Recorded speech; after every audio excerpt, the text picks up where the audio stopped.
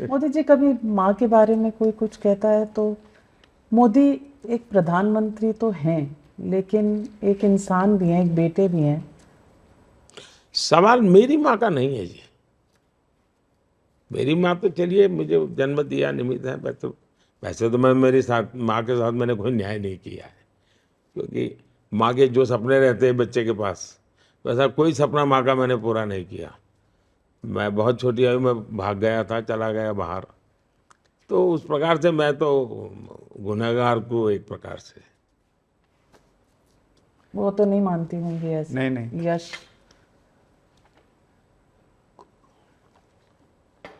मैं माफ़ी के साथ ये सवाल पूछ रहा हूँ क्योंकि आपका कभी निजी भाव बहुत बाहर नहीं आता, लेकिन क्या ये चीज़ आपके बैक ऑफ द माइंड चल रही है सर, जो आप लोगों से शायद नहीं बोलते होंगे, कि 2002 के बाद ये पहला चुनाव है जो आप जीतेंगे, पब्लिक का समर्थन होगा, सब कुछ होगा, लेकिन माता आपकी जी। माँ नहीं होगी। आप हर चुनाव के बाद उनका पैर छूने जाते थे। ऐसा है कि मैं तो कभी उसमें राजनीति में था नहीं। अचानक मुझे संगठन का काम करता अटल जी का फोन आया कि विराट को आओ, काम है। तो मैं अटल जी के पास आया, तो कहा भाई तुम्हें गुजरात जाना है। मैं कहा क्यों? मैंने कहा मैं अभी यहाँ इतने सारा देश भर का काम देखता हूँ, अब फिर मुझे गुजरात क्यों कैसे आप डाल रहे हो? मेरा पार्टी का काम कर ही रहा हूँ मैं, और उसमें गुजरात का भी कभी कभी जाके देख लेता हूँ। नहीं नहीं, अब बहुत हो गया संगठन, अब तुमको सरकार संभालनी पड़ेगी। मैं कहा अटल मैंने तो कभी सरकार चलाई नहीं, मैं जानता नहीं किसी को, मैं कभी पुलिस थाना नहीं देखा, मैं क्या करूँगा? तो मैंने मना किया उनको।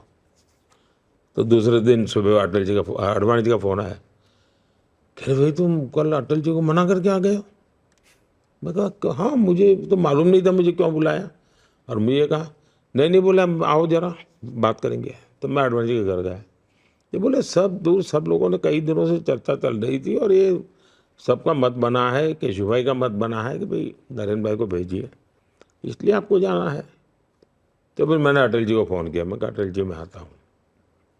मैं कहा अटल सॉरी, मैंने कल मना कर। मेरा मेरा तरीका ठीक नहीं होगा, कि जो पार्टी करेगी मैं कहेगी मैं करूँगा।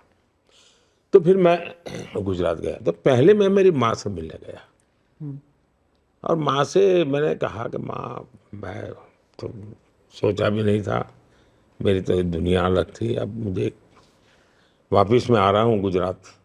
अच्छा, बोले तुम गुजरात आओगे?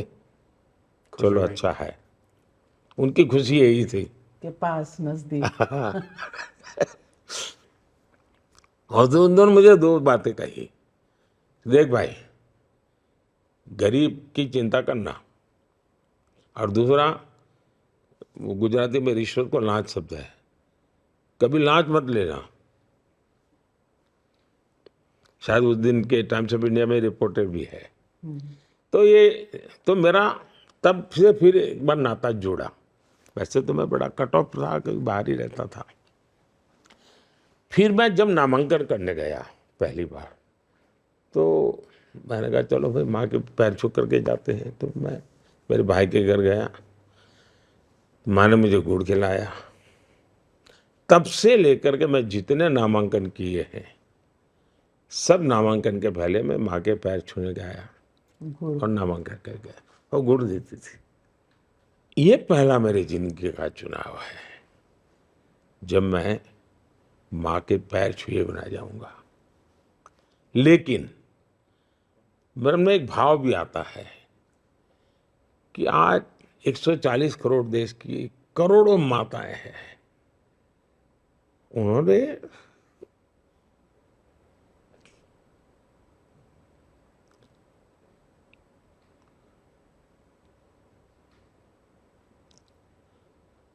जिस प्रकार से मुझे प्यार दिया है, आशीर्वाद दिए,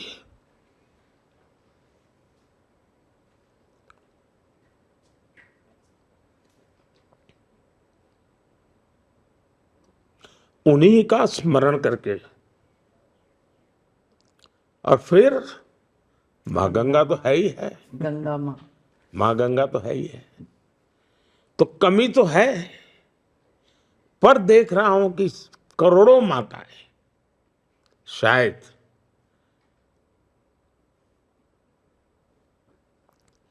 भावात्मक रूप से मुझे हमेशा शक्ति देती रहेगी और देती रही है। शायद आज जो लोग ये इंटरव्यू देखेंगे उन्होंने इतना भावुक होते हुए शायद आपको कभी नहीं देखा होगा, तभी शायद तानाशाह कहते हैं। आपके सामने माँ का जो भाव मैं देख रही हूँ, मैं भी एक माँ हूँ, मैं समझ रही हूँ कि ये भाव क्या होता है। शायद लोग ये भाव पहली बार देखेंगे, क्योंकि आप थोड़े नहीं, मजाक टफ उड़ाते हैं जी। पॉलिटिशियन आप लगते। हमारा मेरा ही वीकनेस कहो जो भी है, मैं गरीब की बात हो, दुखियारों की बात हो, तो मैं इमोशनल हो जाता हूँ। अब ये मेरी वीकनेस भी है, एक सार्वजनिक जीवन में ऐसा नहीं होना चाहिए, लेकिन अब मैं आर्टिफिशियल जिंदगी जी नहीं सकता हूँ। प्रधानमंत्री जी, आप माँओं की बात कर रहे थे कि करोड़ों माएँ आपके साथ हैं। मैं आपको बताऊं, कई करोड़ पिता भी आपके साथ हैं। एक पिता का मैं आपको अनुभव बताता हूं। मेरे सामने किसी व्यक्ति को मैंने ये कहते हुए सुना, अपने बच्चे जिनके बाहर काम कर रहे थे, कि वापस आओ, तुम्हारा वोट यहाँ है, और अगर अपना पितृ ऋण चुकाना चाहते हो तो नरेंद्र मोदी को वोट दे के जाओ। ऐसे है जी। मैं बताता हूँ, मैं माँ शब्द बोलता हूँ, मतलब मेरे मन में एक समग्र संसार है, उसमें बच्चे भी हैं जी, छोटी छोटी बेटियां हैं, पर माँ स्वरूप मैं बोल रहा हूँ ये। तो मैं माँ कहते कोई एक बायोलॉजिकल चर्चा मेरी नहीं है, मेरा एक पूरा बड़ा भाव है लोगों की तरह।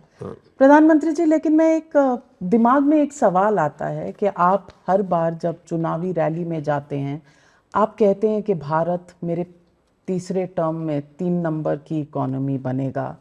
आप देश को आगे ले जाने की बात कर रहे हैं, आप एक ग्रोथ ट्रैजेक्टरी पे डालने की बात कर रहे हैं। आपको नहीं लगता कि एक इकोसिस्टम होगा जो ये भारत की बढ़ोतरी को रोकने की कोशिश करेगा, सिर्फ देश में नहीं बाहर भी? और इनमें कुछ लिंक नजर आता है कुछ? मुझे लगता है कि ये विरोध और ये जो तीव्रता है, इसकी उम्र 4 जून तक है। 4 जून के बाद न उनकी हैसियत होगी, न उनका हौसला होगा। सिर्फ और सिर्फ मेरे देश की ताकत होगी, मेरे देश का सामर्थ्य होगा, मेरे देश के लोकतंत्र का सामर्थ्य होगा, मेरे देश के 140 करोड़ नागरिकों का सामर्थ्य होगा, और दुनिया भारत के लोकतांत्रिक सामर्थ्य को नए सिरे से देखना शुरू करेगी। और ये जो भी है, मैं देख रहा हूँ पूरी दुनिया भारत के चुनाव को इन्फ्लुएंस करने के लिए कोशिश कर रही है, जो कि उनको नहीं करना चाहिए। ये वो अपना ओपिनियन नहीं दे रहे हैं, अपना कमेंट नहीं कर रहे हैं, वो इन्फ्लुएंस कर रहे हैं। लेकिन भारत में इन्फ्लुएंस नहीं कर पाएंगे। भारत के लोगों के बहुत सी अंदरूनी जो शक्ति होती है वो बड़ी ज़बरदस्त होती है। वो आपातकाल के चुनाव के बाद देश ने देख लिया है कि भारत का गरीब के मगर आदमी में भी लोकतंत्र, स्वतंत्रता, ये आदर्श क्या होते हैं उसने दिखाया है, और इसलिए इसमें तो वो कुछ कर नहीं पाएंगे। मुझे पक्का विश्वास है कि जब दीपक बूझने को होता है ना, तो लौ फड़फड़ाती है। फटफटाती है। तो ये वो फटफटाहट है, अब उनको अंधेरे में जाना ही जाना है जी। प्रधानमंत्री जी, एक काम जो आपने किया है, जो हम लोग भी बाहर जाते हैं, विदेश दौरा आपका कवर करते हैं, हम लोग अभी यूएस गए थे, तो मन बड़ा गर्व से भर गया कि बाइडेन साहब के व्हाइट हाउस में मोदी मोदी के नारे लग रहे थे। हम लोग आपस में चर्चा कर रहे थे कि वो भी अंदर सोच रहे होंगे ये किस मेहमान को बुलाया है कि हमारे घर में मोदी मोदी के नारे लग रहे हैं। तो ये एक सेंस ऑफ प्राइड जो आपने भारतीयों के अंदर भरा, और एक सेंस ऑफ प्राइड आपने हिंदुओं के अंदर भी भरा है, जिनको लगता था कि हिंदुत्व की बात करना कम्युनल होना है, मंदिर जाना कूल नहीं है। ये सेंस ऑफ प्राइड जो आपने भारतीयों में और हिंदुओं में भरा है, क्या ये आपकी सोच थी कि मुझे ऐसा करना है? मेरा मेरा जीवन ही इसके लिए है, सवाल सोच का नहीं है। मैं चाहता हूं कि जो भी भारत को प्यार करता है, उसकी चमड़ी का रंग कोई भी हो, जो भी भारत को प्यार करता है वो भारत पर गर्व करे और आन बान शान के साथ गर्व करे और समझ करके करे। आंख बंद करके करे मेरी अपेक्षा नहीं है।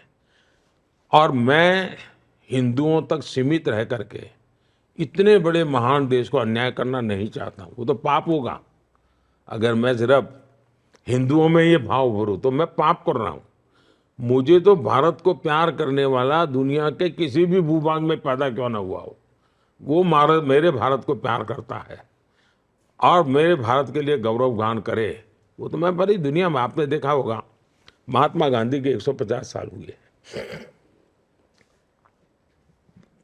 50 साल भी हुए थे, 100 साल भी हुए थे, इस दुनिया को पता तक नहीं चला।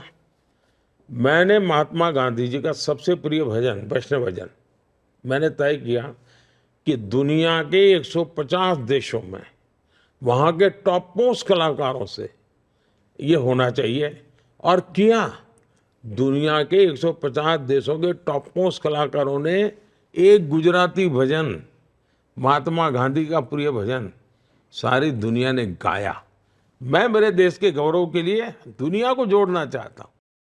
मेरे लिए उसमें कहाँ किसके गोद में पैदा हुआ वो मुद्दा ही नहीं है, किस भूमि में पैदा हुआ वो मुद्दा नहीं है। पूरी दुनिया मेरे भारत का गौरव गान करे, ये मकसद लेकर के मैं तो निकला हूँ। मेरा तो कमिटमेंट है ये, और जीता भी तो इसी के लिए हूँ।